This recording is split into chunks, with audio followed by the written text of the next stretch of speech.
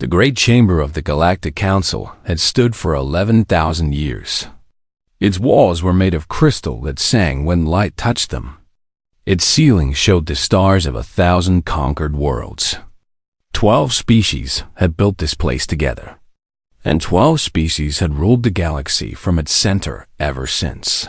On this day, the chamber was filled with tension. High Counselor Velthrin sat upon his throne of living stone.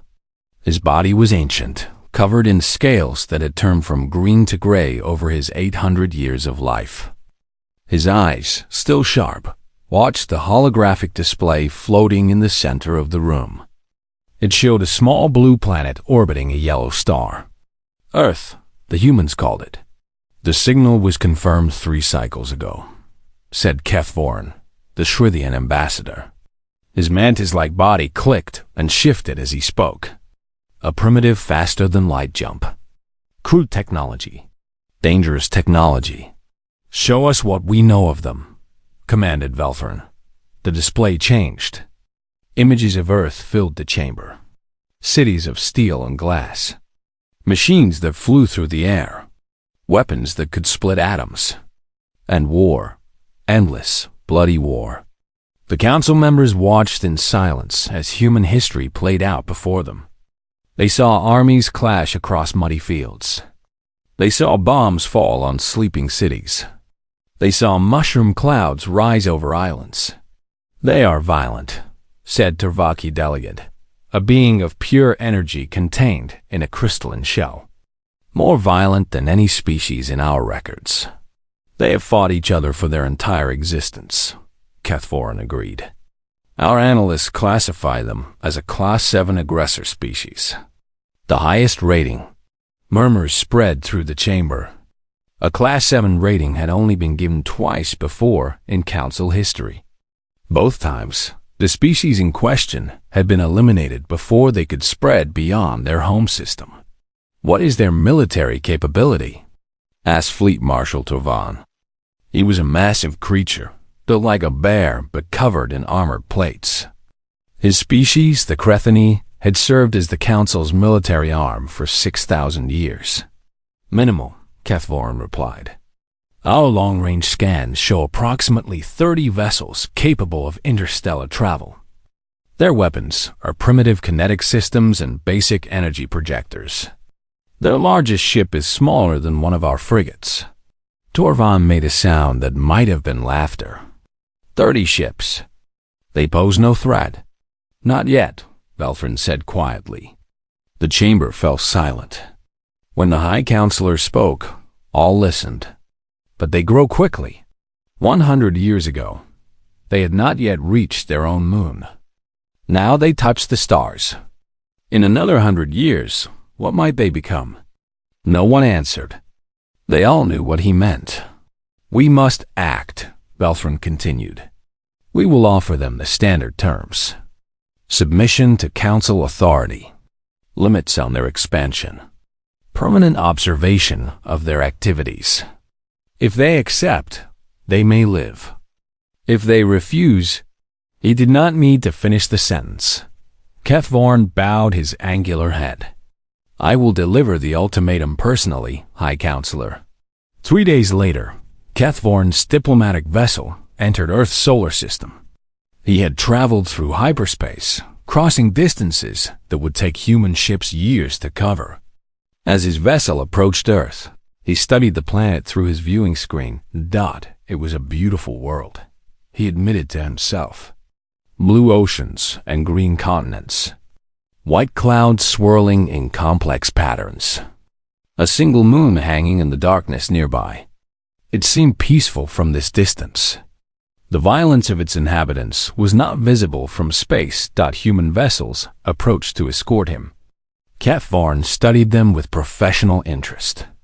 They were ugly things, all sharp angles and exposed machinery. Their designs showed no elegance, no artistic sense.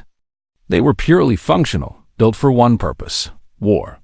Diplomatic vessel, you are cleared to land at the Geneva spaceport, came a human voice over his communication system. Please follow the escort. Kethvorin did as instructed. His ship descended through Earth's atmosphere, passing through clouds and rain until a vast city appeared below. Geneva, they called it. One of their centers of government. He was met at the landing pad by a group of humans in formal clothing. They were smaller than he expected, these creatures that caused the council such concern. Soft skin, no natural weapons, bodies that seemed fragile and weak. How had they become so dangerous? Ambassador Cathvoran, said one of the humans, a male with gray hair and lines on his face. Welcome to Earth. I am Secretary General Morrison. Please, follow me. They led him underground, through corridors of concrete and steel, past guards carrying weapons that Cathvoran's implants identified as chemical projectile launchers. Primitive but effective. Finally, they reached a large room filled with humans. Military officers, political leaders, scientists. They all watched him with expressions he could not read. Thank you for receiving me, Cathvoran began formally. I bring a message from the Galactic Council of 12 Species. He activated his translation device and began to speak. He told them of the Council's long history. He told them of the peace that had reigned across the galaxy for millennia. He told them of the rules that all species must follow. And then he told them of the ultimatum. Humanity will surrender all military vessels to Council inspection, he said. You will accept permanent observation satellites in orbit around your planet and all colonies. Your expansion will be limited to 3 star systems permanently. These terms are not negotiable. The room was silent. Cathvoran had delivered this message to other species before. Usually, there were cries of protest, demands for better terms, sometimes even tears. The humans simply stared at him. Finally, one of them stood. A woman with gray hair and eyes like winter ice. Her uniform marked her as a high-ranking military officer. And if we refuse? She asked. Her voice was calm, almost casual. Then the Council will be forced to take action to protect galactic peace, Cathvoran replied. You have seen our fleet strength in the data package we transmitted. 10,000 warships. You have 30. The mathematics are simple. The woman nodded slowly. How long do we have to decide? 1 of your solar cycles. 24 of your hours. Another moment of silence. The humans looked at each other. Something passed between them that Cathvoran could not understand. Some communication without words. We will need the full day, the woman said finally. Return to your ship, Ambassador. We will have our answer for you tomorrow. Cathvoran bowed his head in acknowledgement. This was expected. Every species needed time to accept the inevitable. By tomorrow, they would agree to the terms. They always did. As he was escorted back to his ship, he allowed himself a moment of satisfaction. This mission had been easier than most. The humans were clearly intelligent enough to recognize their situation. They would submit, and the galaxy would remain at peace. He did not notice the look that passed between the human officers as he left. He did not see the cold smile on the gray-haired woman's face. And he did not hear the single word she spoke after the door closed behind him. Begin. The woman's name was Admiral Chun Wei-Lin, and she had waited her entire life for this moment. She walked through the underground corridors of the Geneva facility with purpose in every step. Around her, staff members rushed to their stations. Screens flickered to life. Communication systems hummed with encrypted signals. The machine that humanity had built in secret was finally waking up. Get me a secure line to all contingency commanders, she ordered. Priority Alpha. Her aide nodded and hurried away. Chung continued walking until she reached a door marked with no sign. She placed her hand on the scanner beside it. The door slid open, revealing a room that officially did not exist. Inside, a dozen screens showed different locations across the solar system. The dark side of the moon, the frozen surface of Europa, the rings of Saturn, the asteroid belt. Each location held humanity's greatest secret. Chum's father had told her about the contingency when she was 12 years old. He had been one of its architects, as his mother had been before him and her father before her. For 4 generations, the Chun family had helped build something that the rest of the galaxy could never imagine. It had begun in 2089, when a radio telescope in Chile detected something strange. Not the random noise of the universe, but structured signals. Patterns that could only mean one thing: intelligent life. Human cryptographers had worked for 10 years to break the encryption. When they finally succeeded, they discovered something that changed everything. The galaxy was not empty. It was ruled by a council of alien species who had one simple policy toward newcomers: submit or die. The governments of Earth had faced a choice. They could reveal this discovery to the public and cause panic. They could try to make contact and hope for mercy. Or they could prepare. They chose to prepare. The contingency program was born in secret. Every major nation contributed resources, scientists, and soldiers. Old enemies worked together for the first time in human history. Americans and Russians, Chinese and Europeans, Indians and Pakistanis. They set aside their differences because they understood something fundamental. When facing an external threat, humanity had to stand as one. On the surface, life continued as normal. Nations still argued. Wars still happened. The news still showed conflict and competition. But beneath the surface, in hidden facilities and secret bases, humanity built its true fleet. Admiral Chun studied the screens before her. Each one showed ships. Thousands of ships. Dreadnoughts as large as mountains. Carriers holding tens of thousands of fighters. Destroyers, cruisers, frigates, and weapons platforms. All of them had been built in darkness, tested in silence, and crewed by men and women who had never seen the sun. Admiral, her aide's voice came through the speaker. All contingency commanders are standing by. Chum pressed a button. The screens changed to show faces. Men and women in military uniforms, their eyes bright with anticipation. They had trained for this their entire lives. Their parents had trained for it. Their grandparents had trained for it. This is Admiral Chun, she said. Condition Black is now in effect. I repeat, Condition Black. The Council has made contact and delivered their ultimatum. They expect us to surrender. They believe we have 30 ships. She paused. They are wrong. A ripple of grim smiles crossed the faces on the screens. In 20 hours, the Council's ambassador will return for our answer. In 22 hours, the Council will send a fleet to enforce their demands. They will expect an easy victory. Instead, they will find 12,000 warships waiting for them. She let that number sink in. 12,000. Built over a century. Hidden in the darkest corners of the solar system. Each one crewed by volunteers who understood they might never return home. Begin emergence protocols, Chun ordered. All vessels will power up weapons and engines. All crews will report to battle stations. We will show these aliens what humanity can do when we work together. The screens flickered as her commanders acknowledged the orders.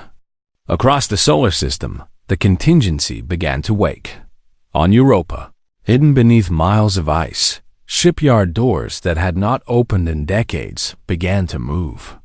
Massive vessels, their hulls painted black to match the darkness of space, floated upward through channels carved by nuclear drills in the asteroid belt. Rocks that had seemed natural suddenly split apart. They were not rocks at all, but disguised hangars holding hundreds of destroyers. Engines flared blue as the ships emerged from their hiding places. Around Saturn, the rings themselves began to shift. Mixed among the ice and rock were thousands of weapons platforms, dormant for years, now activating their targeting systems. And on the dark side of the moon, the greatest secret of all revealed itself. A shipyard 10 kilometers across, built into a crater that never saw Earth's light.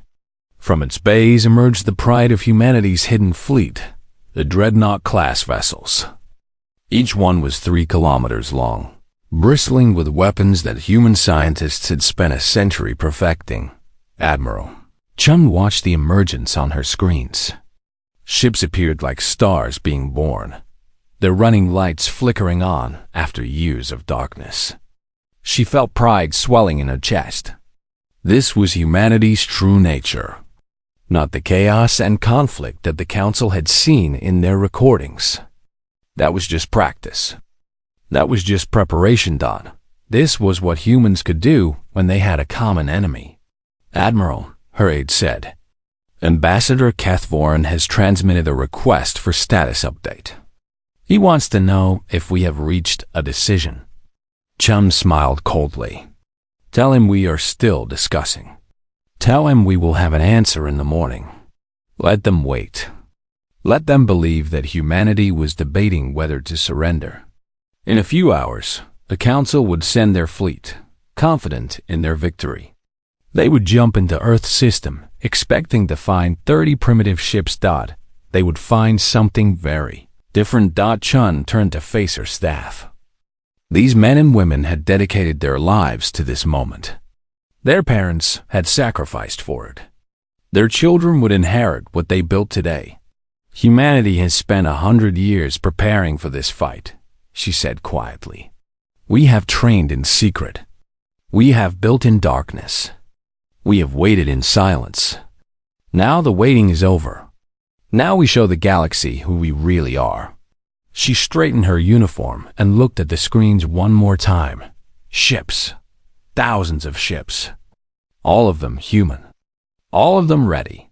Send a message to every vessel in the fleet, she ordered.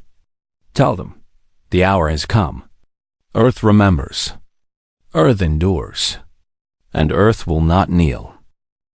Fleet Marshal Torvan stood on the bridge of his flagship, the Eternal Judgment, and watched his fleet assemble. 300 warships moved into formation around him, their hulls gleaming in the light of distant stars. It was a beautiful sight. It was also completely unnecessary.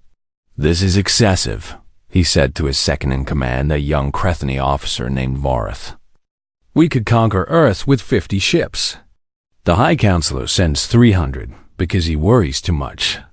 Vareth nodded respectfully.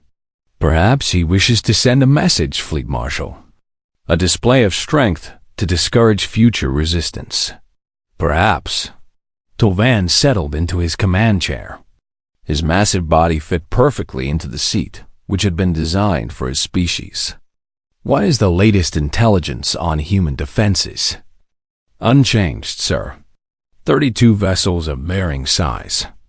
Their largest is approximately 400 meters long. Our frigates are bigger. Their weapons are primitive kinetic cannons and basic laser systems. They have no shields worthy of the name. Their armor is simple steel alloy. Torvan made a rumbling sound of amusement. Steel. They armor their ships with steel. Like something from ancient history. Yes, sir. Our analysts estimate total engagement time at less than 15 minutes. The humans will be destroyed before they can even land a significant hit on our shields. The Fleet Marshal nodded with satisfaction. This would be easy. Almost too easy. He had hoped for more of a challenge from this aggressive species. Instead, they were just another primitive civilization waiting to be taught their place. Has the ambassador reported their decision? He asked her. Yes, sir. They have not formally responded to the ultimatum. The ambassador believes they are still debating internally. Human politics appear to be quite chaotic. They are stalling. Torvan understood this behavior. He had seen it before. The humans knew they could not win, but they needed time to accept this reality. Their pride demanded at least the appearance of resistance. No matter. We will jump to their system in 6 hours. By tomorrow, Earth will belong to the Council. He issued orders to his fleet commanders. Final checks were performed. Weapons were charged. Hyperspace drives were calibrated. 300 vessels, representing 6,000 years of Council military tradition, prepared to crush a species that had only discovered space travel 2 centuries ago. In his private quarters, Torvan reviewed the human history files one more time. He watched their wars with professional interest. They fought constantly, these creatures. They seemed incapable of peace. Their weapons evolved rapidly, each generation more destructive than the last. From swords to guns to bombs that could destroy cities. Impressive in a primitive way, but technology alone did not win wars. The humans had never faced an enemy like the Council. They had never encountered shields that could absorb nuclear strikes. They had never seen weapons that could crack planets. They were children playing with fire, and they were about to learn what happened when children challenged adults. 6 hours passed quickly. Torvan returned to his bridge as the fleet prepared for hyperspace jump. His officers moved with practiced efficiency. They had done this many times before. The conquest of Earth would simply be another entry in their records. "All ships report ready, Fleet Marshal," Varth announced. "Excellent. Open a channel to the fleet." The communication system activated. Torvan's voice reached every ship in his armada. "Warriors of the Council," he said. "We go now to bring order to chaos. The humans have refused our generous offer of peace. They have chosen destruction. We will give them what they have chosen. For the glory of the Council, jump." 300 ships activated their hyperspace drives simultaneously. Reality bent around them. The stars stretched into lines of light, and then the fleet vanished from normal space. The journey took moments. When they emerged, the yellow star of Earth's system blazed before them. The blue planet hung in the distance, small but visible. Somewhere on that world, humans were about to learn the cost of defiance. "Tactical scan," Torvan ordered. "Locate their fleet." Silence fell on the bridge. Torvan watched his tactical officer's face change. The Krathini female's scales shifted from confident gray to confused yellow. "Sir," she said slowly, "I am detecting contacts." "Of course you are." "How many? 30? 32? "Sir, She checked her instruments again. Then a third time. "Sir, I am detecting over 10,000 contacts." The bridge fell completely silent. "Repeat that," Torvan said quietly. 10,000 contacts, sir." "No, wait. The number is increasing. 12,000. They are emerging from multiple locations. Behind the gas giants. From the asteroid belt. From the planet's moon. Sir, they are everywhere." Torvan moved to the tactical display. His hands, which had never trembled in 100 battles, were shaking now. The holographic map showed his 300 ships in formation. Around them, like stars appearing at sunset, thousands of red dots blinked into existence. Ships, human ships, emerging from hiding places across the solar system. Dreadnoughts larger than anything in the Council fleet. Carriers launching swarms of fighters. Destroyers moving into attack formation. Weapons platforms charging their cannons. "Impossible," Vorith whispered. "This is impossible. Where did they come from?" Our scans showed nothing. Our spies reported nothing. Torvan did not answer. He stared at the display as the numbers continued to climb. 12,000 ships. His 300 seemed like insects next to them. A communication request appeared on his screen. "Human origin." He accepted it with numb fingers. A face appeared. A human female with gray hair and eyes like ice.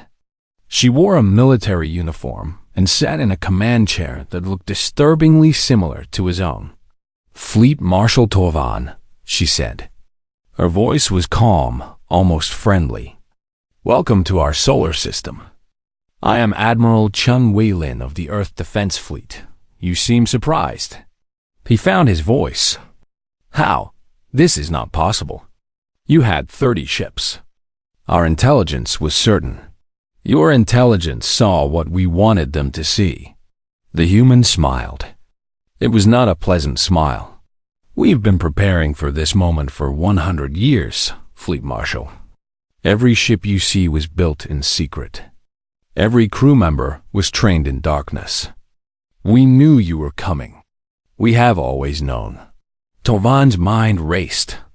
12,000 ships. His 300 could not fight those odds. But perhaps there was still a chance for diplomacy. Admiral, we can negotiate. The Council can offer better terms. There is no need for bloodshed. The human smile faded. Her eyes became hard. You gave us 1 day to decide, she said. We decided 100 years ago. This is your one chance to withdraw. Take your fleet and leave our system. Tell your Council that Earth is not theirs to take. You have 60 seconds to begin your retreat. Torvan drew himself up. He was Fleet Marshal of the Council. He had never retreated from any battle. His honor, his species' honor, demanded that he fight. We will not withdraw, he said. We are warriors of the Council. We do not run from primitives. The human nodded slowly, as if she had expected this answer. Then God have mercy on you, she said. Because we will not. The transmission ended. A moment later, 12,000 human ships opened fire. The battle lasted 9 minutes. Torvan had expected a fight. He had expected casualties, perhaps even defeat. He had not expected annihilation. The human weapons were nothing like the primitive systems that Council intelligence had reported. Their cannons fired projectiles accelerated to nearly the speed of light. Their energy weapons burned through Council shields like they were made of paper. Their missiles moved with intelligence, hunting targets, adjusting course, striking weak points with terrible precision. Council ships died in the first volley. 20 vessels simply ceased to exist, their shields overwhelmed, their hulls vaporized. Torvan screamed orders, trying to organize a counterattack, but the human fleet moved too fast, hit too hard, gave no time to respond. Return fire! All ships, return fire! He bellowed. His fleet tried to obey. Council weapons reached toward the enemy, but the human ships danced aside with impossible grace. They were faster than any vessels Torvan had ever seen. Their pilots seemed to know where Council shots would go before they were fired. Sir, our weapons cannot lock onto them. His tactical officer cried. They are jamming our targeting systems. More Council ships died. 50 now, then 100. The human fleet surrounded them like wolves around wounded prey, attacking from every direction. There was nowhere to run, nowhere to hide. The darkness of space was filled with fire and death. On the bridge of the eternal judgment, alarms screamed. Damage reports flooded the communication channels. Torvan watched his fleet die around him and felt something he had never felt before in his long career. Helplessness. Fleet Marshal, Vorth grabbed his arm. We must retreat. We must warn the Council. Retreat. The word tasted like poison in Torvan's mouth, but his second-in-command was right. Someone had to survive. Someone had to tell the Council what they faced. All ships, emergency jump, he ordered. Return to Council space. Now. The surviving vessels tried to obey. Hyperspace drives charged, reality beginning to bend around them. But the humans were ready. Their weapons targeted the ships trying to escape, destroying them before they could jump. One by one, Council vessels died with their drives half-charged, torn apart before they could flee. The eternal judgment shuddered as enemy fire struck its hull. Shields failed. Armor buckled. Smoke filled the bridge as systems exploded. Drive ready, shouted the navigation officer. Jump. Torvald screamed. Reality twisted. The stars stretched, and the eternal judgment vanished from the battlefield, leaving behind the burning wreckage of 299 sister ships. When they emerged in council space, the flagship was dying. Fires burned in half the compartments. Life support was failing. The crew who survived moved through smoke-filled corridors, trying to save what could be saved. Torvald sat in his damaged command chair and stared at nothing. The battle replayed in his mind. The human ships appearing from nowhere. The weapons that cut through shields. The speed, the precision, the overwhelming numbers. 9 minutes. His fleet had been destroyed in 9 minutes. "Sir," Boris said quietly, "we are receiving a transmission. It is being broadcast on all frequencies. The humans. They want the council to see something. Show me." The screen flickered to life. Admiral Chun's face appeared again. Behind her, through the viewports of her bridge, the wreckage of the council fleet drifted in the darkness. "This message is for the Galactic Council," she said.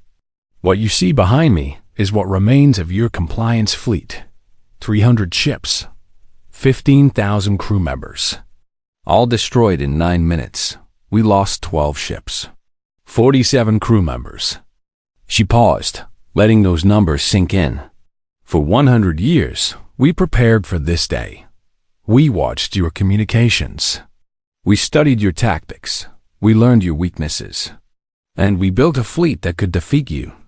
Not because we wanted war, but because we knew you would give us no choice." The view shifted. Behind her, the human fleet reformed into formation. 12,000 ships, barely touched by the battle, moving with perfect coordination. This fleet will now proceed toward council space. We do not come as conquerors. We do not want your worlds or your resources. We come to offer something the council has never offered anyone: freedom. Every species under your control will be given a choice. Join us as equals or remain with the council. It will be their decision, not yours. Chung leaned forward, her eyes boring into the camera. "To the leaders of the council, I say this. You built your empire on fear. You controlled the galaxy because no one could challenge you. That time is over. Humanity does not rule through fear. We lead through example. Those who join us will be partners, not subjects. Those who oppose us will learn what we learned long ago. When you back humanity into a corner, we do not surrender. We fight. And we do not stop fighting until we win." The transmission ended. Torvald sat in silence, the weight of defeat crushing him. "What do we do, sir?" Boris asked. What could they do? The council had 10,000 ships remaining. The humans had 12,000, and who knew how many more hidden in their dark shipyards. The mathematics that had once favored the council now worked against them. "We return to the council," Torvald said finally. "We tell them what we saw. We tell them that everything we believed about the humans was wrong." He stood, ignoring the pain from his injuries. "And we pray that they are wise enough to accept the truth. The galaxy has changed. Humanity has changed it. And nothing will ever be the same." Meanwhile, across the void of space, the human fleet began its journey toward council territory. Admiral Chun stood on her bridge, watching the stars slide past. Her officers worked quietly around her, coordinating the movements of 12,000 ships. "Admiral," her aide said, "we are receiving transmissions from 7 species within council space. They have seen your broadcast. They want to know if your offer of alliance is genuine." Chun smiled. Not the cold smile she had shown Torvald, but something warmer, something hopeful. "Tell them yes. Tell them we come as liberators, not conquerors.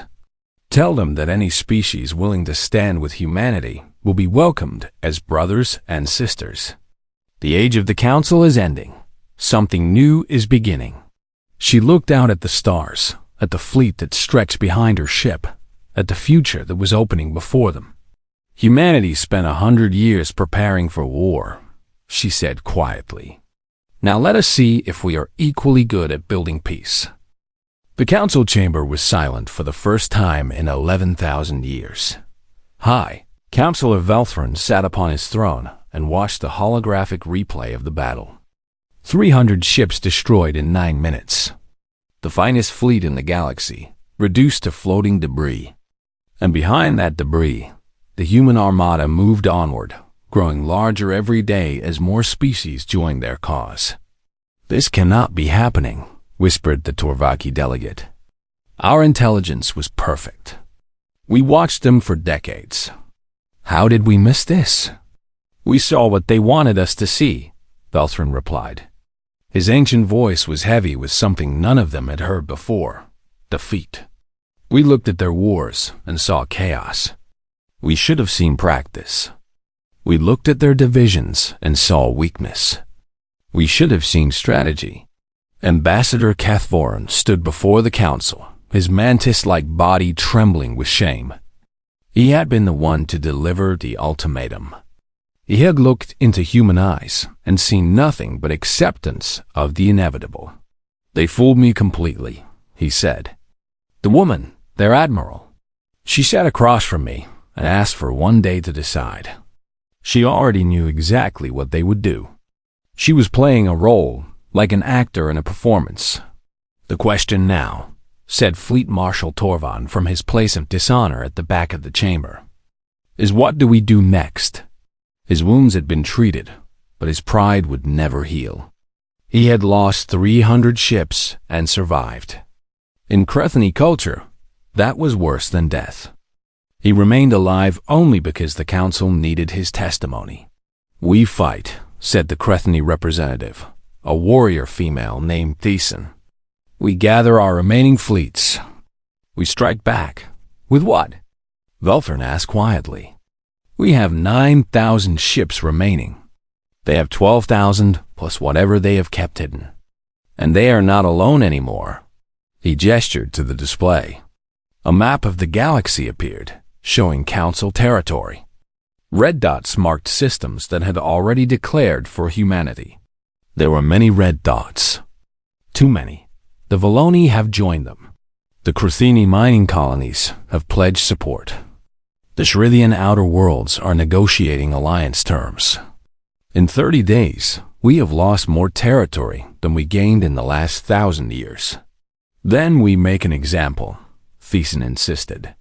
"We destroy one of their allied worlds. We show them the cost of defiance and prove that everything the humans say about us is true." Velthrin shook his head. "No, that path leads only to destruction. Our destruction." The chamber erupted in argument. Species that had worked together for millennia turned on each other, blaming and accusing. The careful order of 11,000 years crumbled in hours. Velthrin let them argue. He was old enough to recognize what was happening. The council was dying, not from external attack, but from internal rot. They had ruled through fear for so long that they had forgotten how to do anything else. Now that fear had failed, they had nothing left. When the arguments finally faded, Velthrin spoke again. "We will meet with the humans," he said. "We will negotiate." "Negotiate?" Thiessen rose from her seat in outrage. "We are the Galactic Council. We do not negotiate with primitives. Those primitives destroyed 300 of our ships in 9 minutes, Velthrin replied calmly. Those primitives have built a fleet larger than ours in complete secrecy. Those primitives are not primitives at all. They are something we have never seen before. A species that can put aside all differences to face a common enemy. A species that can plan across generations. A species that refuses to surrender no matter the odds. He stood, his ancient body straightening with effort. We called them aggressive. We were right, but we did not understand what that meant. Human aggression is not random violence. It is focused will. It is determination that does not bend. It is the refusal to accept defeat even when defeat seems certain. The council listened in silence. We have two choices, Velthrin continued. We can fight them and lose. Not today, perhaps not tomorrow, but eventually. They will wear us down. They will turn our subjects against us. They will grow stronger while we grow weaker. In the end, we will fall. And the second choice? Asked Kethvorin. We can change. We can become something new. Not conquerors, but partners. Not rulers, but members of a community. Velthrin looked around the chamber at the beings who had shared power with him for centuries. The age of the council is over. But that does not mean our species must end. We can adapt. We can evolve. We can find a place in whatever comes next. The arguments began again, but quieter this time. Some refused to accept reality. Others saw the wisdom in Velthrin's words. The debate would continue for days. 3 months later, Admiral Chun stood in the same chamber where the council had once ruled supreme. The crystal walls still sang with light. The ceiling still showed the stars of 1,000 worlds. But everything else had changed. The Council of 12 had become the Congress of Many. 27 species now sat in the chamber, each with an equal voice. Humans, former council members, and newly freed civilizations all worked together to build something new. It will not be easy, Velthrin said to Chun as they walked through the corridors after the first session. He moved slowly, age weighing on him more heavily than ever. Your species and mine see the universe very differently. There will be conflicts, misunderstandings, perhaps even violence. There always are, Chun replied. That is the nature of intelligent life. We disagree. We argue. Sometimes we fight. But we also learn. We grow. We become better than we were. You sound very confident. Chun smiled. I have seen what my species can do when we work together. For 100 years, every nation on Earth put aside their differences for a single purpose. We built ships in secret. We trained armies in darkness. We created the greatest military force the galaxy has ever seen. And we did it because we were afraid. She stopped and turned to face the ancient alien. Imagine what we can do when we are not afraid. Imagine what we can build when we are not preparing for war. Imagine what all of us can achieve together. Velthrin considered her words. He had lived for 800 years. He had seen empires rise and fall. He had watched species destroy themselves and others transcend to realms beyond imagination. But he had never seen anything quite like humanity. You are a strange species, he said finally. Violent and peaceful. Divided and united. Fearful and brave. I do not fully understand you. We do not fully understand ourselves, Chun admitted. That is part of what makes us human. We are always changing, always growing, always becoming something new. She held out her hand in the human gesture of friendship. After a moment, Velthrin reached out with his own scaled hand and took it. Then let us grow together, he said. Let us see what we can become. Outside the chamber, the stars burned bright. Somewhere among them, ships still patrolled. Old tensions still simmered. The galaxy was not yet at peace, but for the first time in 11,000 years, there was hope. Humanity had come to the stars expecting to be alone. They had found themselves surrounded by enemies who wanted them to kneel. They had refused to kneel. They had stood tall, fought back, and changed the shape of history. Now they faced a different challenge. Not war, but peace. Not destruction, but creation. Not conquest, but partnership. Admiral Chun looked up at the stars through the crystal ceiling and smiled. This, she thought, was only the beginning.